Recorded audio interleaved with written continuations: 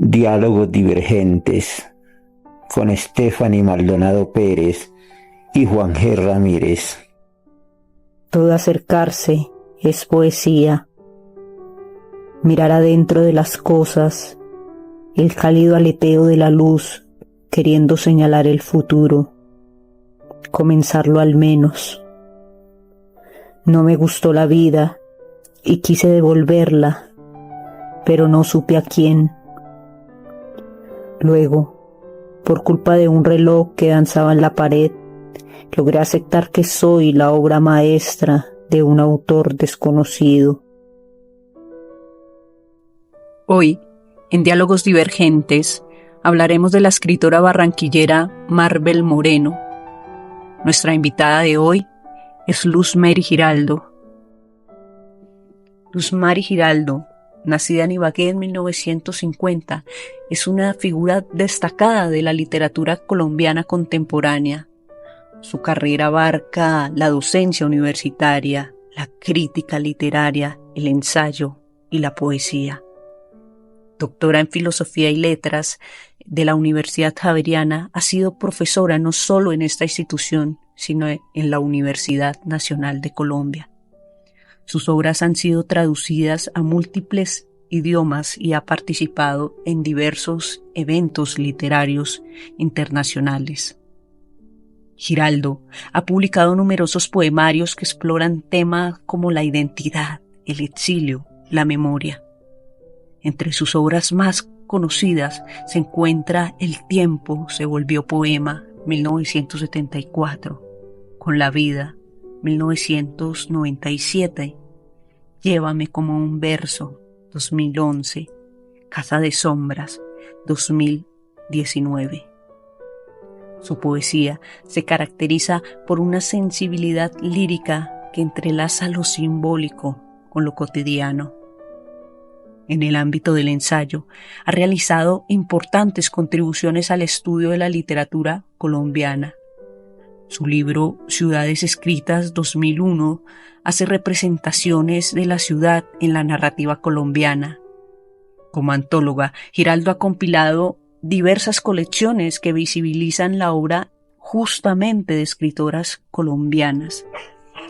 Destacan Ellas cuentan, relatos de escritoras colombianas de la colonia a nuestros días, y cuentan relatos de narradoras contemporáneas que han sido fundamentales para el reconocimiento de la literatura escrita por mujeres en Colombia. Su labor ha sido reconocida con múltiples premios y distinciones, tanto a nivel nacional como internacional. Entre ellos, vale la pena destacar el Gran Premio Internacional de Poesía Academia Oriente-Occidente, Rumania, 2013. El Premio Internacional Laza Monserrate Ordóñez, 2012. Y el Premio Nacional de Poesía Casa Silva, 2011. Disfruten este programa con Luz Mary Giraldo. Buenas noches. Hoy tenemos un nuevo diálogo divergente y nos acompaña la poeta y ensayista Luz Mary Giraldo. Queremos hablar de una escritora que nos ha llamado la atención que por su calidad literaria, por su profundidad, y es Marbel Moreno. Entonces, queremos dar la bienvenida. Bienvenida, Stephanie, Luz Mary Giraldo. Muchas gracias por acompañarnos. Bienvenido a este nuevo diálogo divergente. Gracias por estar con nosotros. Bueno, muchas gracias por esta invitación. Yo encantada de hablar de Marbel Moreno. Creo que es una autora a la que hay que hacerle muchísima justicia poética, como a otras autoras colombianas de su misma generación. Para iniciar, ¿quién es Marbel Moreno? Marbel Moreno es una autora que nació en Barranquilla en 1939 y murió en Francia antes de cumplir los 60 años, murió de 59 años. Una autora que dentro del, digamos que uno la puede contextualizar en el grupo de aquellos narradores que se empezaron a dar a conocer después del auge de Gabriel García Márquez. Pero, digamos, en el caso de Marvel, el reconocimiento que se le ha tenido es tardío, gracias a digamos, a la amistad que tuvo con un profesor y crítico literario que conocía la literatura costeña del Caribe colombiano, un francés, Jacques Villard. Él empezó a notar la calidad de sus cuentos, de sus primeros cuentos, y empezó a publicarla en una revista que tenía en Toulouse, llamada Revista Carabel. Marvel fue reina del Carnaval de Barranquilla, perteneció a la clase alta, digamos, barranquillera, trabajaba en bancos, una mujer muy inquieta y una mujer que definitivamente crea un mundo literario que ya quisieran muchos y muchas autoras y autoras de hoy escribir de esa manera o construir universos literarios de esa manera. Luz Mary, ahora que hablas del carnaval, quisiera que nos profundizáramos más en ese aspecto en la obra literaria, que ella resalta mucho ese carnaval también, como con toda esa parte transgresora que el carnaval permite y que ya de pronto Bakhtin había explorado en la poética de Dostoyevsky. Sí. Pero que Marvel lo refleja en su obra hablando desde lo del Caribe, desde la colombianidad también y desde lo femenino, ¿no? Claro. No, el tema del carnaval yo creo que es muy importante en ella, primero porque lo vivió como reina. Lo vive dentro de su cultura, de la cultura popular y la cultura, dijéramos, burguesa, de la sociedad burguesa a la que pertenece. El carnaval es cada año una fiesta que se torea la muerte, digámoslo así. Lo dice Bakhtin precisamente. Es una fiesta en la que se danza dándole la espalda a la muerte, se humoriza alrededor de la muerte y la muerte deja de ser vista desde el punto de vista trágico. En uno de los cuentos del primer libro de Marvel Moreno, que se llamaba algo tan feo en la vida de una persona, de una señora bien, pero que después se le cambió el título para llamarlo Oriane, tía Oriane, en la última edición de sus cuentos. En uno de esos cuentos, Marvel Moreno, y en varios cuentos, incluso cuentos del último libro del Encuentro, ella utiliza el tema del carnaval, primero como la fiesta, que le hace el quite a la muerte, y primero desde la descentronización de la cultura a la cual ella pertenece. Descentronizar la cultura es darle la vuelta y mostrar los reveses de las mentiras de la sociedad. Yo recuerdo muy bien un cuento en particular que es La noche feliz de Madame Yvonne. Uh-huh. En ese cuento, que es un cuento hermosísimo, hay algo que es muy interesante del estilo narrativo de Marvel Moreno y es único entre las autoras y entre muchos autores. Es un estilo narrativo donde ella lleva al lector por los ojos. Ella escribe desde la mirada y como si fuera una cámara cinematográfica nos va llevando como lectores desde la voz que narra hacia distintos personajes y hasta distintas situaciones y nos va mostrando, burlándose, desacralizando, digamos, cuestionando a distintos personajes de una fiesta en la que se festeja el carnaval y en que están todos con sus disfraces. Disfrazarse es ser otro en el carnaval, hacerse pasar por otro en el carnaval. Y también es un poco tomar ese mundo de la apariencia tan marcado en la Barranquilla de Marvel Moreno. Claro, ¿no? Y eso es lo que ella hace, ella con esa cámara cinematográfica, esos ojos que hacen que el lector vea y se detiene en un personaje y nos va contando quién es él en la realidad, pero fíjense aquí cómo finge, pasa donde otro y hace otro tanto con ellos o con ellas, con todos los personajes, aun cuando y finalmente uno ve que ella creó fue un remolino desenmascarando la sociedad a la cual pertenece el personaje narrativo, que pienso que es el mundo que ella conoce y es el que ella recrea y sobre el cual, al cual desnuda en toda su literatura. Don Mari, yo quería preguntarle a propósito de lo que usted estaba diciendo, y es que hay una parte de Marvel Moreno que se me pierde y es su formación literaria, sus influencias en los primeros años. Como que uno no encuentra mucho material al respecto. ¿Qué podemos saber de eso?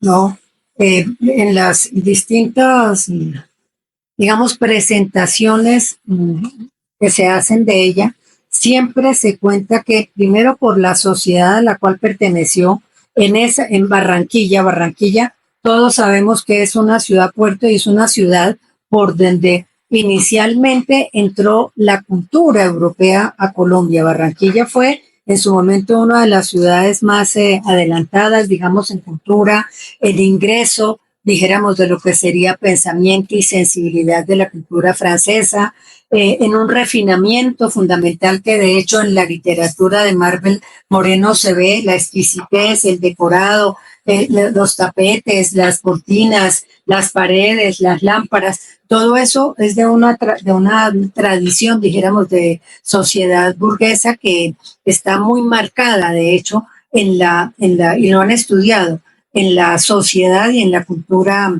barranquillera. Pero también siempre se nos ha contado que su padre era un lector formidable y que desde chiquita le fomentó el gusto por la lectura. Ella empezó leyendo a los clásicos, a grandes clásicos, a escritores ingleses, a escritores franceses. Y justamente en los análisis que hacen Jacques Szilard y Fabio, se me acaba de olvidar el nombre, Fabio Rodríguez Amaya, ellos hablan de cómo ella leía a estos autores europeos de la mano de su padre y ya en la adolescencia, al hacerse amiga de los escritores del grupo La Cueva, donde estaban no solamente el pintor Obregón, sino Álvaro Cepeda Zamudio, Gabriel García Márquez, Germán Vargas Cantillo y muchos otros, con ellos también tuvo la oportunidad de leer a los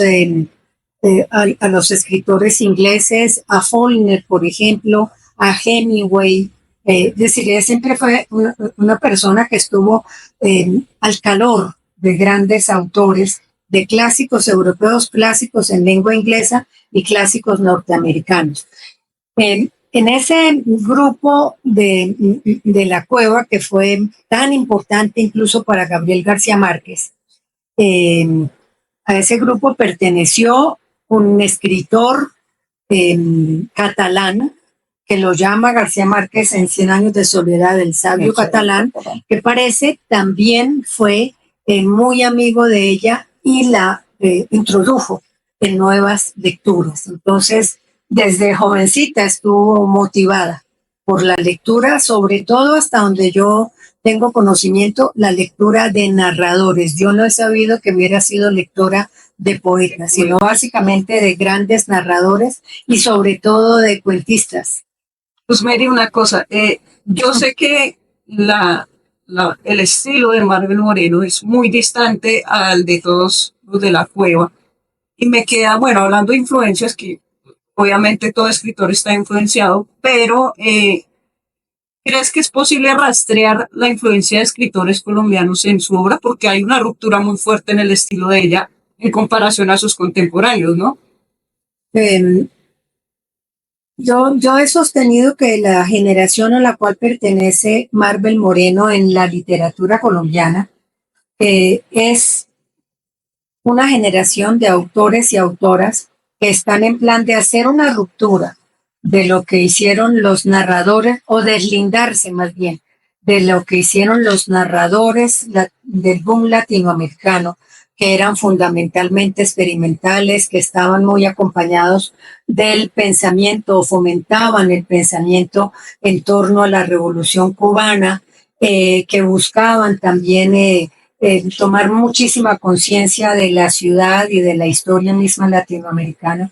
Ella forma hasta cierto punto Aparte de esto, en cuanto a que fue amiga de algunos de los del boom mientras vivió en Francia, con su marido de entonces, que era Plinio Apuleyo Mendoza, pero como estos autores de la generación a la cual pertenece, ella se deslinda de estos y de lo real maravilloso y de la oralidad y busca explorar nuevos lenguajes a partir de una escritura muy introspectiva y y digamos, el carácter experimental en ella es muy distinto. Ella experimenta, yo decía hace un rato y lo he escrito por ahí, escribe con los ojos, hace que el lector vea.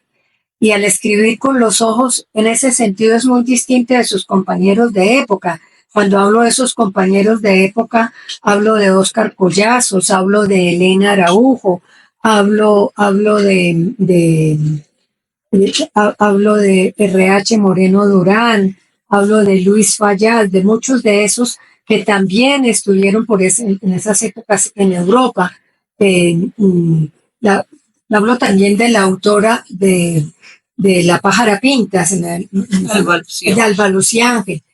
Fueron autores que se deslindaron de los anteriores y sobre todo de Gabriel García Márquez, pero empezaron a explorar la experiencia propia y de sus ciudades para darle unas connotaciones más universales y tener una clarísima conciencia de la historia de su tiempo. Ahora, ¿qué es lo particular que hace Marvel? Que tú dices que lo de ella es distinto y estoy totalmente de acuerdo. Es que ella escribe mientras Elena Araujo escribe con un feminismo, no lo voy a decir peyorativamente, pero lo voy a nombrar de esta manera, un feminismo rabioso, ¿no? Escribe con rabia frente a esa experiencia de ser mujeres en ese momento. O mientras Fanny Buitrago escribe desentendiéndose del hecho de ser mujer, sino hablando de lo que sería la sociedad de clase media y desde un punto de vista irónico, con mucha ironía y con mucha humor.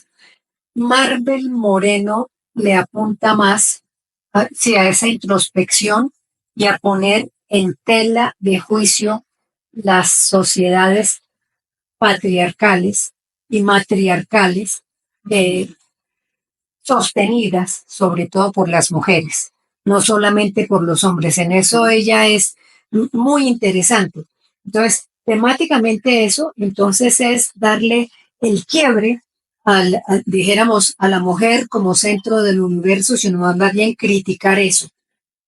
La mujer como centro del hogar, la mujer como estandarte del hombre que le ayuda al hombre a dar estatus, a tener estatus. Ella esto lo pone sobre el tapete de su literatura, digamos, con muchísima ironía y también con muchísimo dolor. Sus personajes, de alguna manera, las hijas y las nietas, sobre todo las hijas, tienen un poco la amargura de pertenecer, de querer, de tener que repetir de pronto el modelo materno que eran las abuelas, mientras las hijas son las que logran realmente liberarse. Pero ella lo plantea, es decir, como una necesidad de cambio de mirada a esa sociedad patriarcal tan barranquillera, pero tan de estos países nuestros. En ese sentido es muy latinoamericana y muy contemporánea. En ese sentido, como usted dice, ¿qué le aportó su vida, su viaje a Francia, la mirada desde París, en retrospectiva de su obra? Por supuesto que le tuvo que haber aportado no solamente las nuevas lecturas, sino poderse dar cuenta en Europa de otras formas de vivir, otras formas de pensamiento. Ella está en Europa en los años 60, creo. En Europa está en plenitud, dijéramos, el existencialismo en plenitud. Está Simone de Beauvoir, que fue muy importante, y en Francia con mayor razón. Y muy seguramente ella tuvo que haber leído a Virginia Woolf, tanto que hay un cuento, algo tan feo en la vida de una señora bien, donde el personaje femenino, que es una esposa que está ya, digamos, hundida en totalmente abnegada y está desesperada de su abnegación, quiere buscar su cuarto propio, su propia habitación. Uno ve que ahí hay unos una presencia de Virginia Woolf y también de Simone de Beauvoir. Entonces, yo creo que el hecho de vivir en Europa, de estar con estos autores del boom, de ver otras literaturas, de leer, porque ella trabajaba con ellos en una revista que se llamó Libre, que era muy importante, ahí se daba cuenta del pensamiento de ese momento, de las formas de pensamiento de ese momento, de las escrituras de ese momento y de todo eso que se estaba dando en ese momento, como venía desde atrás, con autores y autoras de atrás. Entonces, yo creo que eso está muy presente en su literatura y por eso pienso que eso también le da una ventaja a ella sobre otras contemporáneas suyas en ese momento, sobre Fanny Buitrago, por ejemplo. Fanny también es barranquillera, pero radicada en Bogotá, vivió en Europa, básicamente en Alemania. Quien la hace divulgar es Peter Susekraft, que es un alemán amante de la literatura latinoamericana y de los autores colombianos de esa generación. Él la hace conocer, es uno de los que la hace conocer también, pero ella no tuvo la oportunidad de vivir tanto tiempo ni en ese círculo de intelectuales y de escritores a los que perteneció Marvel. Y la otra, Elena Araujo, digamos, escribe primero en Bogotá y es también una escritora muy crítica desde esa condición de ser mujer en estas sociedades, ella también de una sociedad similar a la de Marvel, pero en Bogotá. Se va a vivir a Suiza donde muchísimos años, se vuelve crítica literaria, pero en su feminismo rabioso que les decía, el universo que ella plantea siempre tiene un poco la urgencia de mostrar a la mujer en un primer plano como revelándose. El caso de Marvel es, digamos, hace que los personajes se vayan deslizando para mostrar distintas generaciones y la posibilidad de ver a la matriarca convencida defendiendo el trono de la madre, que al fin de cuentas es la catedral, como dirían algunas señoras de ese momento. Yo soy la catedral, soy la mujer de este señor tan importante y defiendo este feudo. La hija que es la que está en esa necesidad, es con la que se empieza a hacer la transición, que dice, no quiero seguir repitiendo este modelo. Y la nieta que es la que dice, yo me zafo de aquí. En Marvel me parece que resulta mucho más interesante el paso a la visión de esa nueva mujer, que yo creo que prepara, en mucho se anticipa en mucho a lo que sucede con no solamente con las jóvenes y las mujeres de hoy, sino con las autoras de hoy. Ella allana el terreno. Fuéramos a hablar de la influencia de ella en escritores colombianos o latinoamericanos, yo creo que no la hay, pues porque desafortunadamente con Marvel ha faltado mucha más divulgación, a pesar de que ha sido publicada de distintas maneras. Pluma, la editorial Pluma, publicó su primer libro de cuentos. Plaza y Janés publicó su novela En diciembre llegaban las brisas, y en los años después de su muerte se publicaron sus cuentos completos en editorial Norma, suficiente como para que fuera mucho más conocida y divulgada. Y en inglés. Y hacía traducción inglés, francés, italiano, y fuera de eso, yo recuerdo que muy recientemente, muerta Marvel, en Toulouse se hizo un simposio alrededor de la obra de Marvel Moreno, al que fueron muchos escritores latinoamericanos y muchísimos colombianos. Yo estaba invitada, desafortunadamente no pude ir, y fue de un éxito rotundo. Por eso uno se pregunta por qué no es tan conocida Marvel, qué fue lo que pasó. Pero yo creo que estos programas, por ejemplo, sí permiten llamar la atención sobre una autora que no es desconocida, pero le falta más reconocimiento. Yo creo que es la palabra fundamental, reconocerla. Luz María, yo quería profundizar en un aspecto que me llamó mucho la atención en la obra de Marvel, y es este tratamiento tan delicado que ella hace de lo africano, del racismo y del clasismo.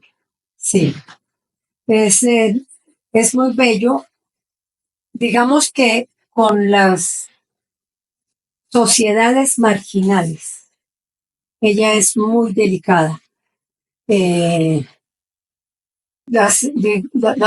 los personajes, dijéramos, incluso de la vida doméstica, como sucede en el Caribe, forman parte del mundo, de la sociedad, se sientan a la mesa y lo que sea.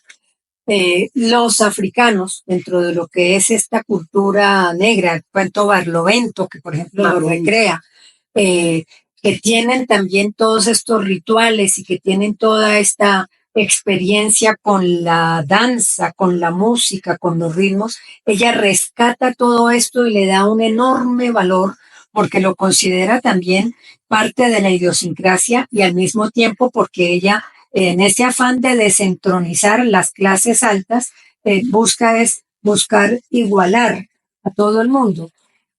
Marvel Moreno utiliza eso que uno llamaría el lenguaje de los márgenes para explorar también por qué en nuestros países y en nuestras sociedades específicamente son puestos debajo. Eh, tanto en en diciembre llegaban las brisas, como en distintos cuentos del encuentro y otros relatos, de los textos que quedaron inéditos y que después fueron recogidos en libros,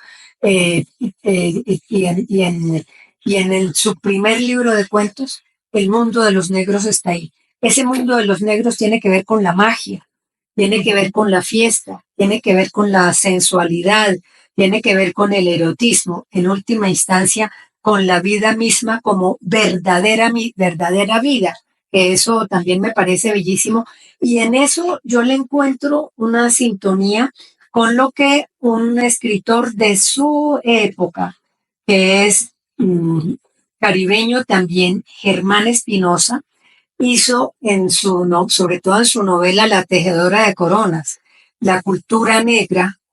Ahí también lo hace Roberto Burgos Cantor, que son de su misma época. Puede que Roberto sea un poquito menor, pero es las negritudes, no vistas como seres inferiores, sino como seres iguales o superiores.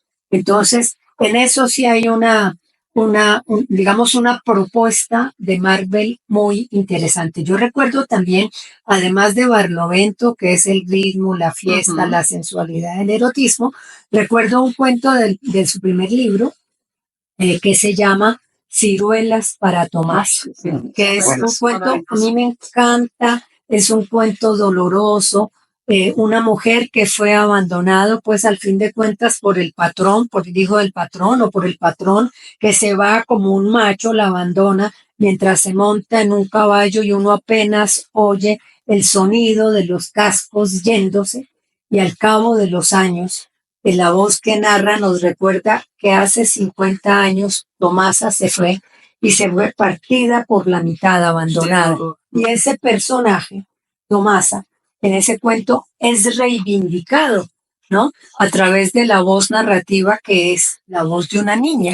Y una niña que en el fondo le está reclamando a la abuela haber permitido que eso sucediera. Entonces, la reivindicación de Tomasa digamos, le da una enorme fuerza al cuento, y uno entiende que está reivindicando estas clases que han sido golpeadas y han sido marginadas y han sido desconocidas y maltratadas, ¿no? Yo creo que es parte también no solamente de ese mostrar la sociedad en los márgenes, y en aquellos que son solo reconocidos para la fiesta del carnaval, para mostrarlos a veces superiores a las clases altas. Es una dignificación. Claro, es bellísimo, es una dignificación y además es la manera de desenmascarar. Eso es hermosísimo en ella, ¿no? Mari, esto me lleva a otro tema y es Yo estaba leyendo una entrevista de Marvel y ella hablaba de la sexualidad. Por acá noté hasta algunas frases. Dice, pienso que una persona no se realiza a sí misma si no ha realizado su sexualidad. Y toma una parte como freudiana allí, no sé, tiene esa influencia del psicoanálisis, o no sé, si Seguramente. entonces me gustaría saber dentro de su literatura qué papel juega la sexualidad o cómo la representa ella en su obra. Sí, lo que pasa, yo lo que pasa es que sexualidad y sensualidad siempre la veo, digamos, realizada en la cultura negra y maltratada, utilizada, desaprovechada, mal vivida, digamos, en el seno de la familia. Son mujeres, las esposas son mujeres que no han vivido el placer de la sexualidad. Me acuerdo también, ya lo he mencionado, me acuerdo en el cuento Algo tan feo en la vida de una señora bien, esta mujer se nos da a entender al comienzo del cuento que estaba muy enamorada, que seguramente, como en esa época se decía, metió las patas con el gran amor de su vida, que nunca lo va a olvidar, Horacio. Y entonces, Cantante bolero, ¿sabes? claro, además, entonces que tiene toda esa gracia también, el mundo del idilio, porque ella trabaja mucho desde el idilio y les encanta el mundo del idilio. Ella escribe también sobre cómo el paraíso era más o menos como el de los cuentos de hadas y ese primer novio pertenecía al mundo de los cuentos de hadas. Esa relación no se da, pues porque al fin de cuentas la familia la condena. Y aparece el que se convierte en su marido, que es quien la salva, quien la redime, pero la salva sin permitirle ningún tipo de placer, ni emocional, ni sexual, ni afectivo.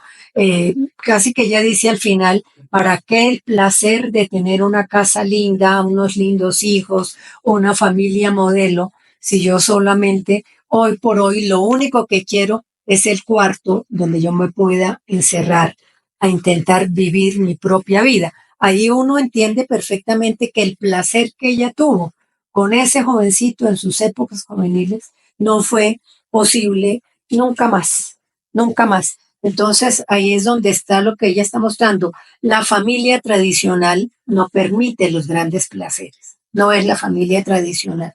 Esa patriarcal, esa que le enseñaron donde había que conservar unos patrones, unos modelos, unas normas, ser la esposa digna que se lo tiene que aguantar todo, porque al fin de cuentas usted es la señora del hogar, ¿no? La señora de la casa.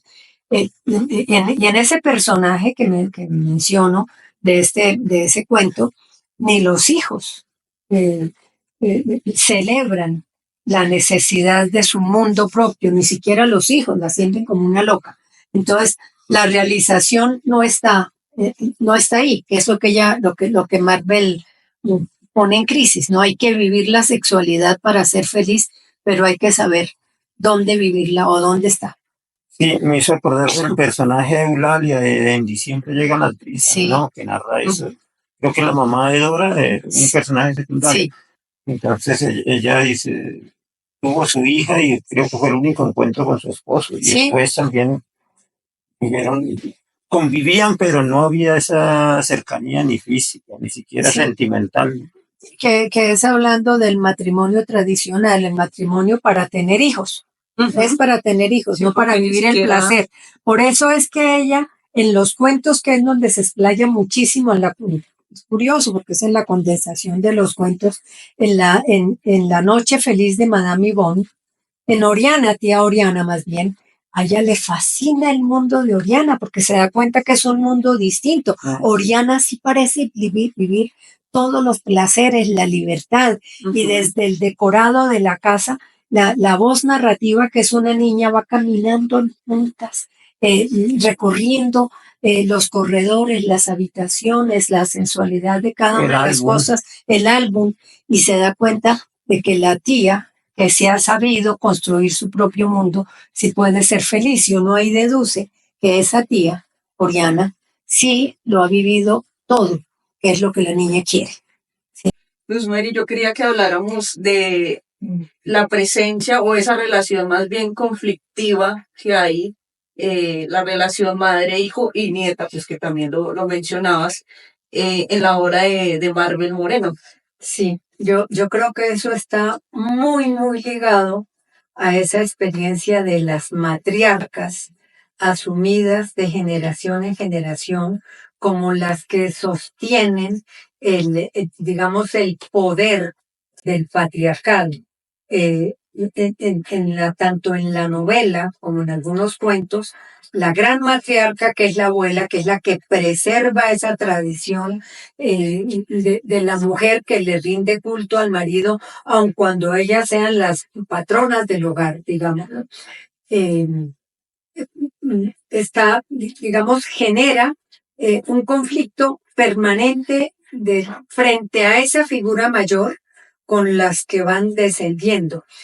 Eh, yo me pongo a pensar tanto en las abuelas como en las tías, en las hijas, en las descendientes que están en diciembre llegaron las brisas, donde está por supuesto la abuela que sería la matriarca, ¿no? La que preserva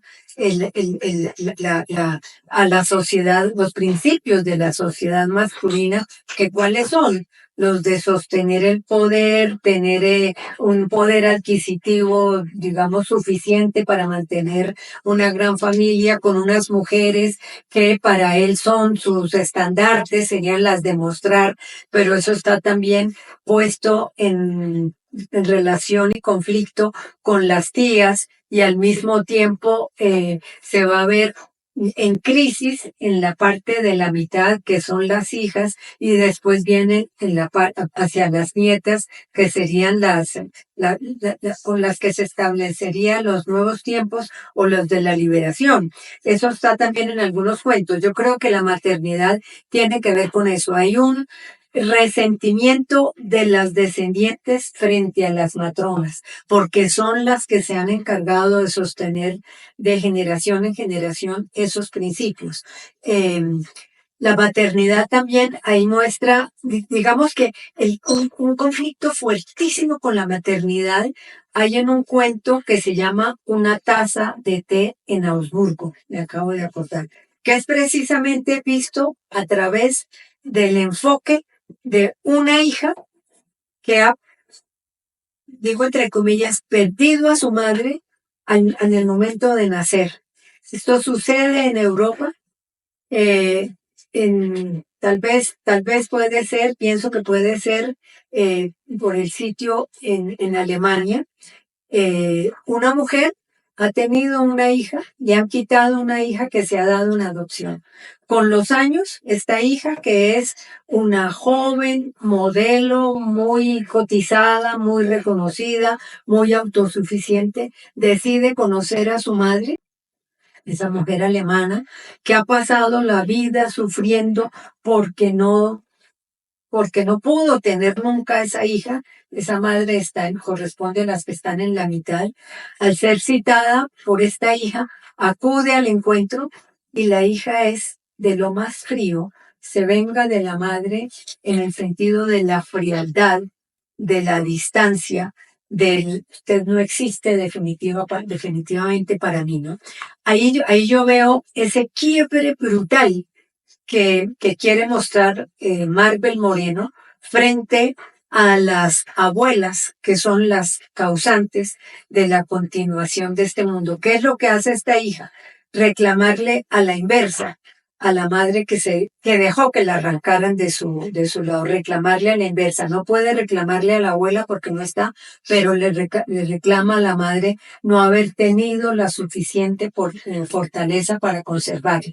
Ahí ese es un cuento donde la relación madre-hija es brutal, no existe. Y es el reclamo silencioso. Usted no existe, la cito, la veo ahí sentada, no me le acerco. Es venganza total. Mientras en los otros cuentos es la madre está siempre en una situación de sumisión y de agobio, culpando a la que correspondería a la que correspondería a ser la abuela, culpándola de su condición de continuadora de una tradición. Pero en la mayoría de los textos, de los cuentos y en la novela, la relación madre-hija es prácticamente una relación afectiva inexistente, porque prima la relación de poder patriarcal sostenida por la gran matriarca. Luz, me hiciste pensar en diciembre llegaban las brisas, esta relación que tiene materna que tiene con ciertos hombres, Sí, como uno de los villanos, no recuerdo el nombre del cartagenero, que era homosexual, porque ella no lo mira desde el comienzo, lo trata muy sí, fuertemente. sí, Y está la otra que deja que el papá los golpee, es este tipo que es además nazi, ¿no? sí. Pero es que además esa relación digamos, de las mujeres frente a los hombres en toda la obra de Marvel Moreno es dura, porque es como si todos los conflictos madre-hija, madre-hijo, fueran unos conflictos desprendidos de la función del macho, de qué han hecho los hombres en estas sociedades. Entonces, por eso los hombres pasan casi como una sombra. De pronto son unas figuras violentas, agresivas, son violadores, son abandonadores, padres abandónicos, como se les dice en psicología. Y las madres son las víctimas de esos hombres. Lo que a mí me queda claro también en la novela, que si los hombres son, en la novela y en los cuentos, si los hombres son pintados, son para señalarlos en esa falta de ¿qué se llama? De emocionalidad marcada. Son solamente protohombres, protomachos, tipos que aseguran la, digamos que aseguran la permanencia de una sociedad, pero no los afectos en la sociedad, y eso termina afectando definitivamente a hijas e hijos, ¿no? Y de ahí también esa relación violenta y agresiva con el hijo homosexual. Y de ahí también otra cosa es, sobre todo en los cuentos y en los cuentos largos, hay unas sombras y unos fantasmas. Son la tradición. ¿Y quién conserva la tradición? Las madres. ¿Pero qué es la tradición? La forma, la presencia sostenida de los machos terribles. Es el Dios terrible el que está ahí detrás. Y las madres son víctimas de esos dioses terribles, y así lo serán las Pero, hijas y los nietos. ya que se introduce este tema, se nota en los cuentos y aún en la novela el miedo o el desprecio hacia la iconografía, hacia la parte religiosa, También como es la que tiene una iconografía mucho más sufriente, empezando pues, por todas las historias. Pensemos en la culpa en la expulsión del paraíso. Nacemos con la culpa del pecado original, los católicos o los cristianos. La muerte de Cristo por culpa de los pecados de los seres humanos, etcétera, ¿no? Entonces, la sociedad, la cultura de la culpa de la mujer, si llega a vivir sus propias satisfacciones, entonces va a ser condenada, etcétera, etcétera, ¿no? Entonces, todo eso me parece que está encarnado, digo, hecho carne y cuerpo en la obra de Marvel Moreno. bien, Rosemary, siguiendo con lo que veníamos diciendo, me gustaría que usted nos decía que ve una parte visual en la obra de Marvel Moreno. Me gustaría saber qué influencia de pronto tuvo la pintura o lo que ella estudió de pintura en París sobre este tema, ¿no? Y cómo se ve reflejado en su obra.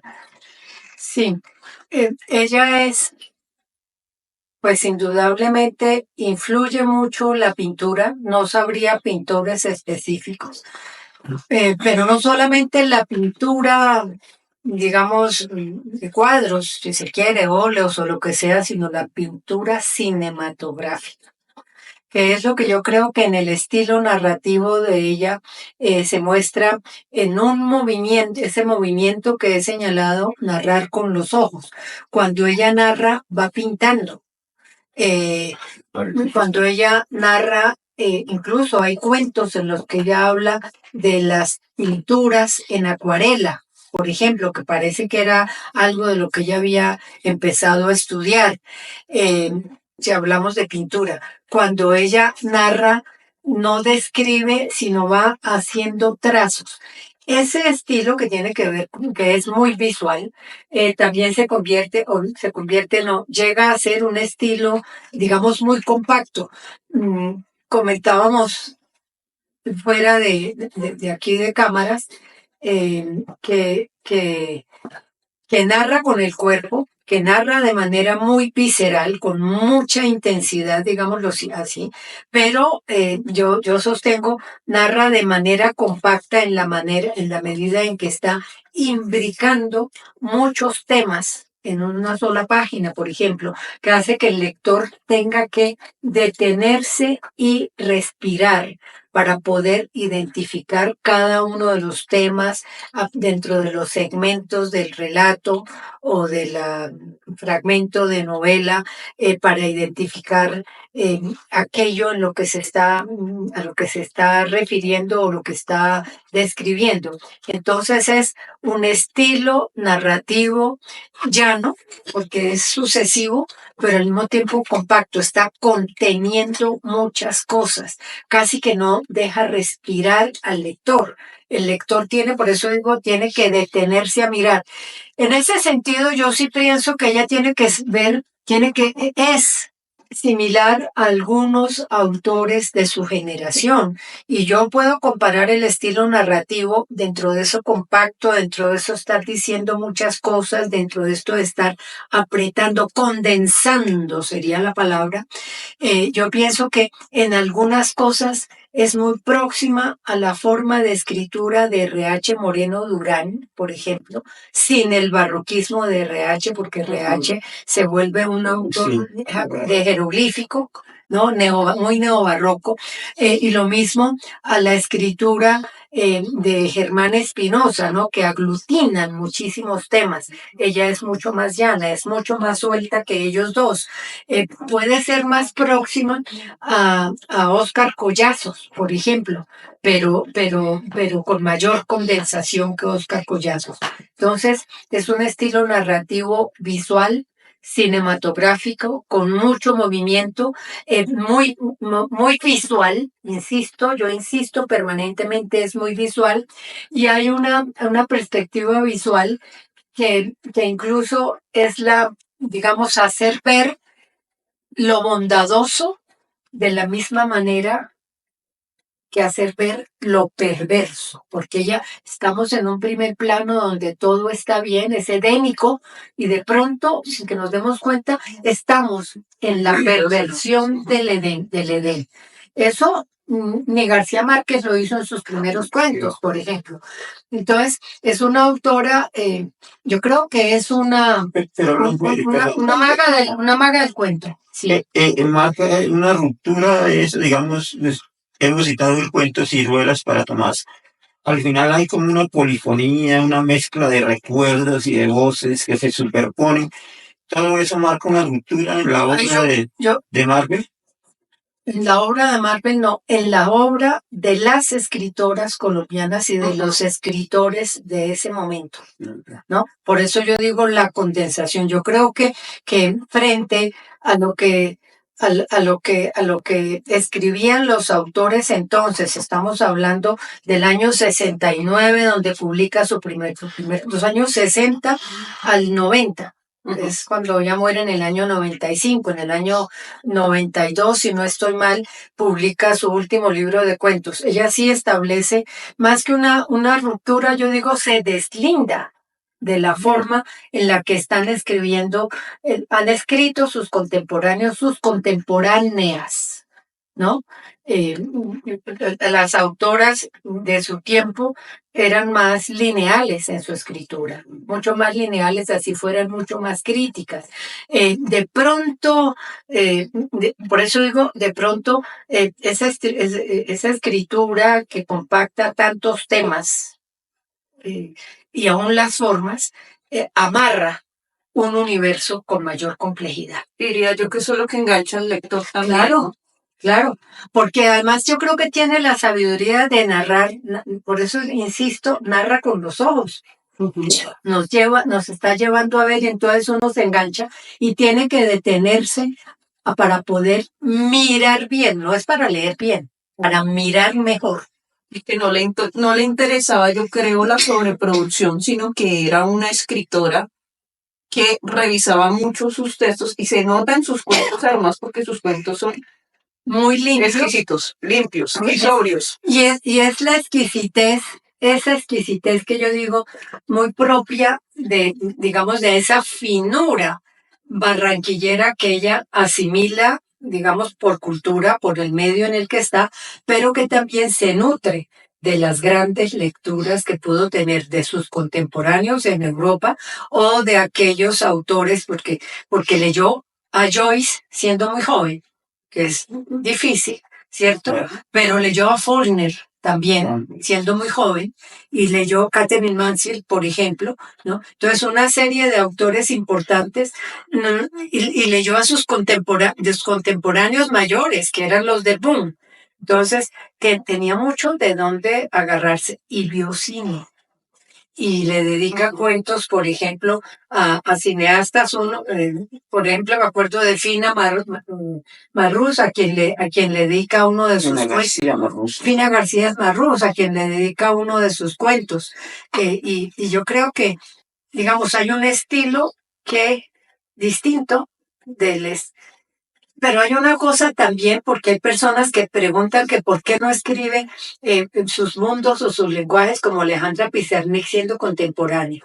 Pues porque finalmente no está escribiendo de las tragedias, sino de situaciones socioculturales. En estas mundo barranquillero, colombiano, latinoamericano, y su literatura no es una literatura ni angustiosa, ni angustiada, ni amarga, ni trágica. No, está problematizando la sociedad. Y yo creo que el estilo, digamos, que digo apretado, ¿no? De estar conteniendo tantas cosas, antes que estar mostrando un mundo angustiado, desgarrado, atormentado, está mostrando un mundo. Y digo otra vez, mostrando, haciendo ver un mundo. Se puede Desde decir un también que lenguaje se anticipó un poco a toda esta necesidad que hay ahora de colonizar los pensamientos, ¿no? Y de mirar y cuestionar toda esta herencia que dejó la colonización en la cultura, no solamente del Caribe, sino en Colombia, ¿no? Sí, yo sí creo que se anticipó mucho para su tiempo, sí, porque las autoras como mujeres en ese momento y los autores también en ese momento tenían una postura crítica diferente. Hay mucha mayor complejidad, porque está mostrando todo. Por eso decíamos antes la influencia de la religión, la influencia de unas sociedades patriarcales, la influencia de un tipo de cultura, y por eso el lenguaje mismo, cómo cambiar el lenguaje, salir de la tradición oral de la literatura del Caribe a la consumación de un lenguaje que tiene que ver con la conciencia de la escritura verbal. Ahí no hay oralidad. No hay oralidad. Bien, Luz Mary, me pareció muy encantadora, fascinante la charla, la verdad muy educativa, hemos aprendido mucho. Me gustaría que nos compartiese algún fragmento de la obra de Margaret Moreno. No sé si... Sí, Rosemary, muchas gracias. La verdad, Pues, exquisita la charla. yo quisiera leer uno de los fragmentos inéditos, que fue estos fragmentos rescatados por Fabio Rodríguez Amaya y por Jacques Sillar, sus grandes amigos y las personas que quedaron con sus textos para ser publicados y corregidos en el caso de ser necesarios. Ahorita hablábamos un poco de la maternidad, del sentido de la madre, y uno de estos fragmentos, que no sabemos si era para un cuento o para una novela, se llama Un amor de mi madre. Y me interesa que sintamos esa escritura como es una escritura acumulativa sin ser enumerativa, que eso es lo que la diferencia, por ejemplo, también de Gabriel García Márquez y los escritores del Caribe. Son enumerativos, acumulativos. En ella hay una acumulación, pero desde la densidad. De un tema nos va llevando a otro, nos va soltando a otro, sin que se pierda el tema central. Entonces voy a leer la paginita que quedó de esto, que se llama Un amor de mi madre. Piadosa y rezandera, moralista y puritana, gorda y más bien fea, aunque tenía unos ojos magníficos, severa y sin ningún sentido del humor, convencida de que la principal actividad de una mujer consistía en ocuparse de sus hijos y mantener a salvo las apariencias, dominadora y dada a la crítica, inteligente y segura de poseer siempre la verdad, al acecho del pecado, de las tentaciones y de los simulacros, mi madre habría sido un inquisidor perfecto que no estaba preparada para el amor. Se había casado por interés con el fin de darle a su propia madre una casa donde envejecer y morir en paz. La quería mucho y a mí me adoraba. Solo he encontrado tanta devoción y fidelidad en mi perrita Caniche, ahora en mis 56 años de vida. Mi madre se levantaba cuando estaba segura de que su marido había partido a trabajar. Tomaba un sólido desayuno con una buena taza de chocolate, huevos pericos, arepas y yucas fritas, y luego se encerraba en el baño y fumaba 2 o 3 cigarrillos antes de bañarse. Lo hacía a escondidas, porque mi abuela no soportaba la idea de que su hija fumara como las actrices de cine, las Greta Garbo, Bette Davis, que de pronto encendían un cigarrillo y a través de la cámara le enviaban el humo a los espectadores. Más próxima de la civilización europea, todo lo que venía de los Estados Unidos le parecía vulgar a mi abuela. Sin embargo, no se privaban de ir al cine 2 veces por semana y ver las películas que llegaban apenas salían de Hollywood. Cargaban conmigo para no dejarme entre las manos de las sirvientas, y yo veía con horror aquellas historias de piratas en las cuales la sangre corría a borbotón y de amores contrariados que me hacían llorar. Las escenas en que los protagonistas se besaban y se miraban enamorados dejaban a mi madre indiferente. Pero había un actor que la enloquecía, Arturo de Córdoba, con sus ojos quejumbrosos y su sonrisa forzada, pues en el fondo de sí mismo sentía una pena incalculable que mi madre hubiera hecho cualquier cosa por compartir. Mi padre odiaba a aquel hombre sinuoso, su falsa actitud de seductor y su yo no sé qué de bastardo y de conmiserativo. Ese fragmento a mí me hizo recordar primero la imagen de la hija que narra a la madre y a la vez está narrando a la abuela. Y es una hija que dice que quiere tanto a su madre y a su abuela, pero no más que a su perra Caniche, por ejemplo, ¿no? Y la madre que pasa, que no hace nada ante las escenas de amor de las películas, no la tocan, ¿no? Y esa madre que se fuma 3 cigarrillos en el baño a escondidas antes de la ducha, a escondidas porque si la abuela sabe, no lo soporta. Y esa misma madre que tiene un marido que le censura el tipo que le gusta, que es un actor de cine, porque a ese padre el tipo le parece insignificante. Parece que ese fragmento está recogiendo muchas cosas y es una triple mirada a la madre, a la abuela, al padre también, desde sí misma, en un universo que es el universo de la burbuja. Lo único que distrae sería el cine. Otra vez volvemos a la imagen de lo cinematográfico. Ese es un fragmentico apenas de algo que quedó esbozado. Excelente. Pues, Gracias. gracias.